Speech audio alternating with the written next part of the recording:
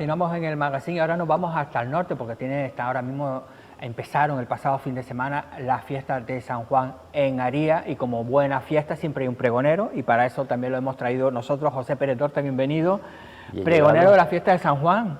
Sí, mira, he tenido ese honor este año, sí. Porque es un honor, ¿no? Un honor tremendo, una responsabilidad tremenda también, pero un honor sin lugar a dudas. Eso a veces cuando le llama, ¿no?, el alcalde, el concejal, oye, Pepe, que queremos, eso a veces te quedas ahí como pensando, ¿no? Lo primero es decir, bueno, ¿y yo? ¿Y qué hago? ¿No? Sí, lo primero es que no le dije que sí de entrada. Después, lógicamente, sí le dije que sí. Es una responsabilidad que uno tiene además la obligación de aceptar, ¿no? Pero de entrada te queda patinando y dices, bueno, a mí... Sí, yo, ¿y de qué hablo? Bueno, ¿no? Vamos a ver. ¿Por qué es complicado? Porque antes un pregón era comunicar lo que había, los actos que había. Ahora con el avance de los medios y con el avance sobre todo de las telecomunicaciones y demás, eso ya no tiene razón de ser. Los pregones se han convertido, afortunadamente, porque están cumpliendo una labor potentísima en ese sentido, en una rememoración afectiva de la historia menuda de los pueblos, ¿no? Entonces, y gracias, por ejemplo, a un trabajo que están haciendo con historiadaría.com, donde están recogiendo, también lo hacen otros municipios, recogiendo toda esa historia del día a día, la historia menuda, y es la historia cotidiana, la que se escribe la gente, la que la vive la gente desde la visión particular de cada pregonero. Por lo tanto es una historia diversa, una historia enriquecedora, no es una historia oficial donde se ponen unos historiadores de acuerdo para concretar unas cosas, no, es la historia que vive la gente. En algunos pregones se dan algunas pinceladas históricas, en tu caso, como ha habido tantos y tan buenos también de historia, tú has dicho, voy a lo mío, ¿no? A mi historia, ¿no? Claro, generalmente el pregonero va a su historia, o sea, el pregonero coge la historia del pueblo, la asume como propia y con esos recuerdos pues empieza a explicarla. En la medida en que conseguimos en ese pregón que un número importante de vecinos la comparte y la sientan suya, también estamos acertando. En la medida en que llegamos a los vecinos y hacemos que se despierte algunos sentimientos, que a algunos se le caiga un lagrimón o que a algunos pues, exploten en un momento dado de risa, pues estamos consiguiendo también esa conexión con el vecino. Y por lo tanto el acierto de un pregón es que cuentes una historia desde el punto de vista personal, pero que sea una historia compartida, que la sientan los demás. O sea, tú cuentas las cosas, no las cosas particulares, íntimas, que algunas pueden estar, solo las que afecten al conjunto del pueblo o aparte del pueblo, las historias que van a sentir otros. Claro, es decir, yo me caí un día, pero a lo mejor esa caída no significa que tú te hayas caído, sino que a lo mejor ha habido alguien que te haya curado. En tu caso tuviste también has contado, ¿no?, una enfermedad y hablas también de ese practicante, de esas inyecciones que todos las hemos sufrido en ese momento y todo el mundo piensa lo mismo, ¿no? Claro, a mí también me puso la inyección el practicante. Claro, de lo que se trata, o sea, si yo tenía que hablar de cómo eran los practicantes antes no había ATS, no había tal, sino cómo eran unos practicantes que habían en los pueblos y tal, pues lo envuelves un poco, y entonces lo envolví en esa historia personal que había vivido yo, pero de lo que estoy hablando no es de mi historia personal, ni de que me pusieron no tantas inyecciones, sino estoy hablando de que había unos practicantes, de cómo funcionaba la sanidad, cómo eran los medios de esterilización, etcétera, etcétera. Estábamos hablando de esa historia menuda. Que esas inyecciones sí que dolían, ¿eh? Hombre. No, ahora que vamos con cualquier, ¿no?, cuando la vacuna del COVID, ay, es que me dolió un poquito el brazo. Y esa agua finita que decía antes era una manguera ahí. En esa época sí habían pedazos de inyecciones, sí. ¿no? Que eso también, me imagino que también en el caso en tu caso también es un poco, ¿no?, es sentarte y empezar a recordar, ¿no?, también, ¿no?, hacer ese esfuerzo, un esfuerzo no, sino también rescatar de la memoria. Sí, no, es un esfuerzo porque desde el momento que te comunican que quieren que seas tú el pregonero, primero eso, aceptas primero que es un honor, pero la responsabilidad y después dices, bueno, ¿y qué voy a contar? Y empiezas a hacer ese ejercicio de memorizar toda tu vida, desde los primeros recuerdos, los más borrosos de tu infancia, tu adolescencia, sobre todo centrándote en tu infancia, tu adolescencia y tu primera juventud, ¿no? Porque después los últimos momentos de tu vida ya los contarán otros pregoneros más adelante. Y hoy día va todo tan rápido, claro, ¿no? Y además que esta última parte está toda informada con medios, con los teléfonos, estamos constantemente haciendo vídeos, imágenes, pero de nuestra juventud, nuestra primera juventud y nuestra adolescencia no las hay. Entonces, recuperar todo eso te lleva horas y horas de estar pensando, de estar buscando papeles, imágenes, fotos que tenías antiguas en los cajones, todo eso las vas buscando. Una cosa que básico es, primero lees todos los pregones que han habido en el municipio, que han hablado, porque lo que estamos hablando es de aportar elementos de sí, esa que historia puedes caer en el error sin querer de repetir estar cosas, repitiendo ¿no? lo mismo y tal, ¿no? Entonces, si tú entonces, hablas... ¿has tenido que leer todos los pregones? Yo lo leí, yo no sé si todo el mundo hace lo mismo, yo me los leí todos y todos me aportaban cosas, me traían recuerdos también, incluso algunas historias coinciden, porque claro, si todos, sobre todo los que vivimos determinadas etapas, pues tenemos cosas que sí compartimos, o sea, los pregoneros hay cosas que vivimos juntos, pero tú la cuentas desde tu punto de vista, que en muchos casos, cuando hablamos de educación, pues en muchos casos es muy distinta cómo vivió la educación un compañero educación que yo... que tú recuerdas, que dice un poco eso, porque es verdad, en el norte ha sido mucha gente que también han terminado, pues también de profesores, todos esos maestros, ¿no? Haz un pequeño recorrido de todos esos maestros que te tocaron a ti, básicamente, sí. ¿no? Sí, claro.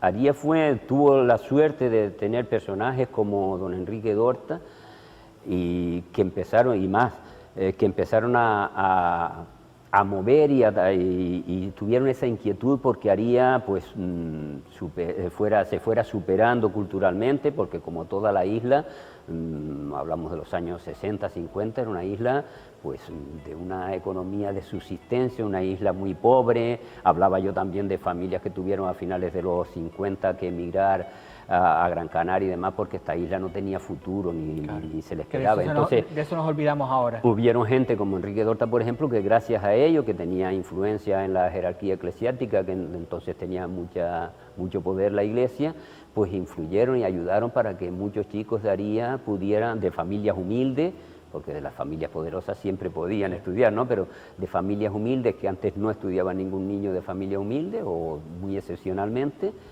pues consiguió que muchos maestros salieran de Aría. Entonces, claro, y tampoco te olvidas de los reglazos, ¿no? No, porque claro... de eso hay gente que no lo sabe, pero en la educación, eso de la educación con sangre entra, tenía una razón de ser y eran reglazos auténticos. Sí, y no...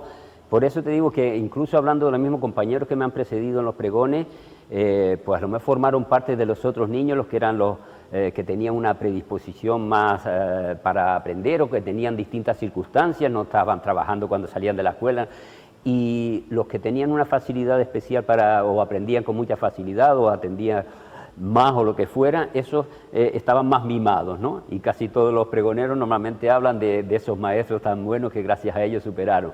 Y yo quise recordar a los otros, los que acabamos en un experimento que se llamó AGEN para obtener el grado escolar, donde metían a todos los que éramos unos paquetes, ¿no? Y se parece aquí esto es toda la escoria, entonces se creó un invento en un momento dado de que era para obtener el grado escolar, para que no hubiera tanto fracaso escolar. Y bueno, ahí nos metieron a todos. Y ahí había mucha gente muy buena que por distintas circunstancias no superaban los cursos día a día. Y entonces cuando se dieron circunstancias, en mi caso particular yo estuve en SAG, y cuando se me dieron las circunstancias con esa beca en la laboral, tuve notas excelentes, he sacado un montón de especialidades, he estado dando clases en un montón de especialidades, y entonces quise hacer un recuerdo a todos esos niños que un poco nos sentimos marginados, porque era un grupo más marginado dentro de la escuela. Las que pues, se llevaban todos los reglazos. Claro, nos llevábamos los reglazos, los mirábamos. Yo conocí también, claro, hay gente que tú decías, no eran personas malas, no eran niños malos, eran niños que les costaba a lo mejor aprender más lento.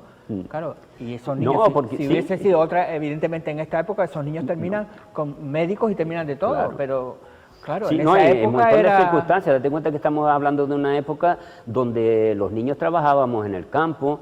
Cuando terminaba la escuela iba al campo a buscar hierba, para los animales, cuando no iba al bar de mi padre tenía un bar, entonces iba al bar a trabajar, a fregar vasos, y otros hijos en otros trabajos igual. O sea que teníamos montones de circunstancias por las cuales no podíamos ir al día a día sacando las clases. Hoy en día todo eso, primero los niños no trabajan, afortunadamente, y después que las circunstancias son distintas, y después también lo quise enfocar porque no era culpa del profesorado, que el profesorado era culpa de un sistema, claro, y de una época. Sí, si o sea, todos entonces, pegaban no es porque el profesor era un sádico, sino porque se pegaba porque había que pegar. Era la educación que se tenía, era esa cultura del régimen. Que también había profesores sádicos, hay que decirlo. Sí, había algunos que se pasaban un poco más de la cuenta, ¿no? Había algunos que se pasaban, pero bueno, que tampoco lo quise enfocar. De hecho no hablo ni si es profesor, si es profesora ni nada, sino, ¿no? El docente en un momento dado me llama para no caer en ese personalismo que sería injusto, además, porque la mayoría de los profesores que me dieron esos reglazos, o que en un momento dado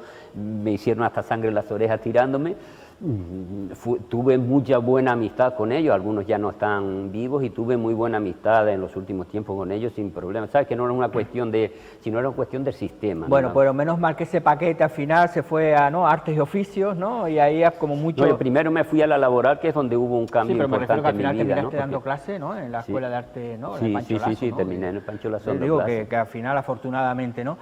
Hace muchos recorridos en el pregón, también habla de ese entorno de la Plaza de Aría, ¿no? ¿Cómo se le llama en Aría? La Olla. La Olla, ¿no? Sí, yo leía la Olla y yo digo, la Olla me da que es la Plaza de Aría, sí, claro, sí, para la gente de ahí, pero es que esa olla, mira que ha sido punto neurálgico de todo un pueblo, ¿eh? Sí, la Olla, eso sí que ha sido, porque además Aría está dividido en dos barrios,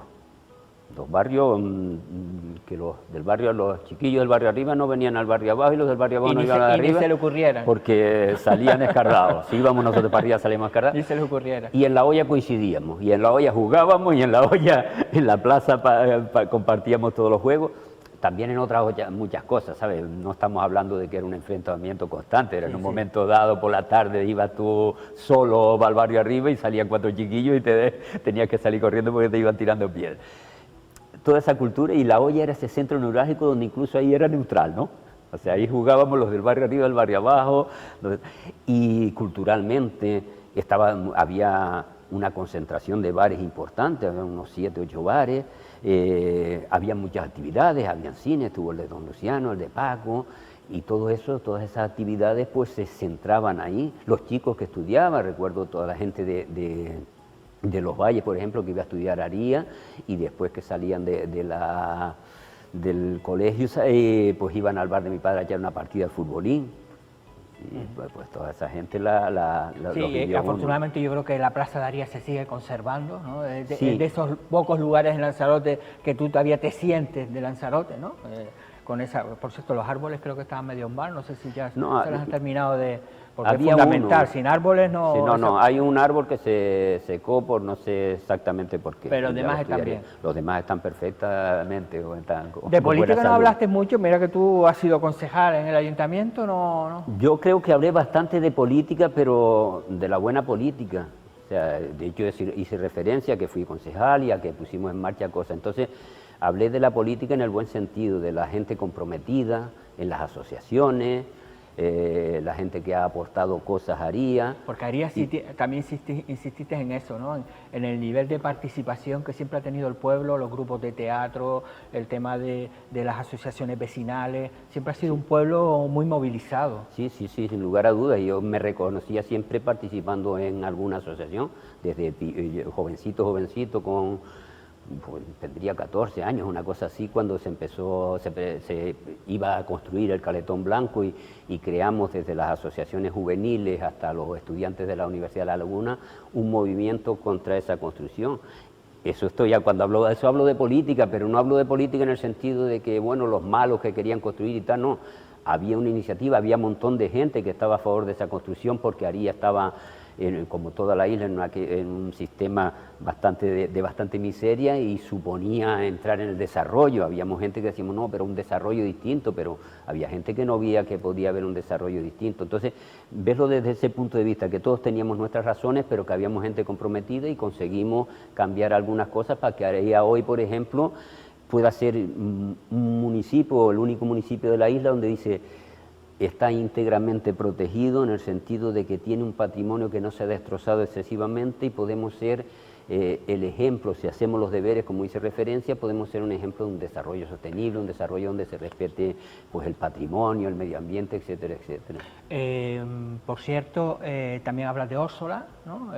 Porque tú eras de Aría, pero la gente de Arías iban para Órsola, ¿no? Era una zona, ¿no? de muchas, veraneo, ¿no? Sí, o iba a Punta Mujeres, Mujeres, unos pocos a Arrieta y otros pocos a Órsola. Yo era de los que fui a Órsola de veraneo, ¿no?